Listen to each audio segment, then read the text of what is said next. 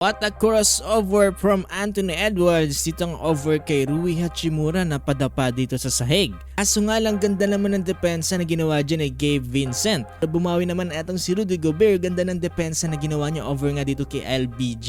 Luka Doncic, nabuksan na nga ba ang playoff mode?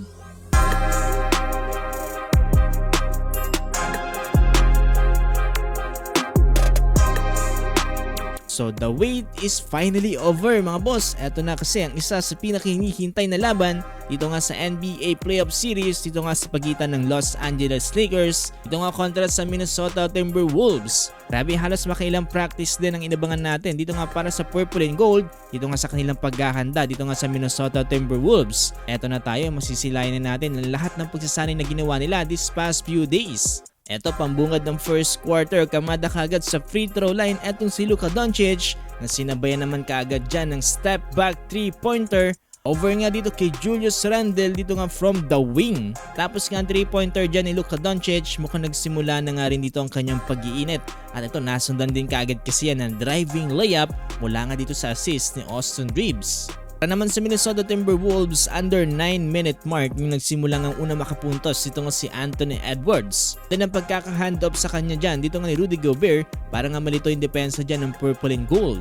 Yan naman nakipagsagutan dyan from beyond the arc etong sila Rui Hachimura at itong si Julius Randle.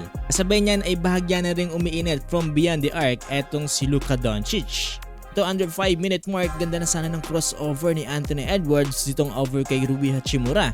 Ang kaso nga lang, nandyan naman si Gabe Vincent para saluhin yung depensa. At yan mga boss, no, ganda ng pagkakablock niya dyan, bolang-bola. Tinawagan ng foul yan ng referee at tumawag nga ng challenge dyan etong Los Angeles Lakers at naging successful naman sila dyan. Hindi pa natatapos, etong si Luka Doncic, nagpapatuloy pa rin siya magpaulan ng tres dito nga para sa Lake Show. Hindi lang puro outside shooting ang ginawa dyan ni Luka Doncic, grabe din ang kanyang inside presence dito nga sa first quarter. To be honest, hindi lang si Luka Doncic ang nagkaroon ng magandang shooting dito nga sa first quarter dahil nasa bend din siya dyan nila Gabe Vincent at Dorian Finney-Smith. At tapos ang first quarter lamang ang Los Angeles Lakers, 28-21 up by 7 points etong LA at meron na kagad 16 points etong si Luka Doncic. Naman sa Minnesota Timberwolves, 6 points per Anthony Edwards. Pero dito sa second quarter, plot twist mga boss, no, bigla ring uminit etong Minnesota Timberwolves from beyond the arc. Dahil hindi lang isa, hindi lang dalawa, kung hindi napakaraming 3-pointers mga boss, no, ang naipasok dyan ng Minnesota Timberwolves dito nga sa second quarter na pinapangunahan dito nga ni Naz Reid.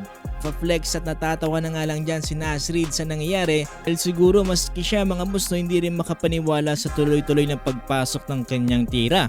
Sa gitna ng pagpapaulan ng tres na yan dito nga ng Minnesota Timberwolves, eto parang bumalik yung playoff vibes dito nga ni LeBron James dito nga sa kanyang iconic block. At itong si Donte DiVincenzo, buzzer beater pa dito sa first half at ito napa-isonis Baines na nga rin. Dahil dyan mga boss, lumobo ang kalamangan ng Wolves dito nga kontra sa Los Angeles Lakers 59-48 by the end of first half. Let's see mga boss, no, kung mababounce back ba to ng LA dito nga sa game 1 ng playoff series.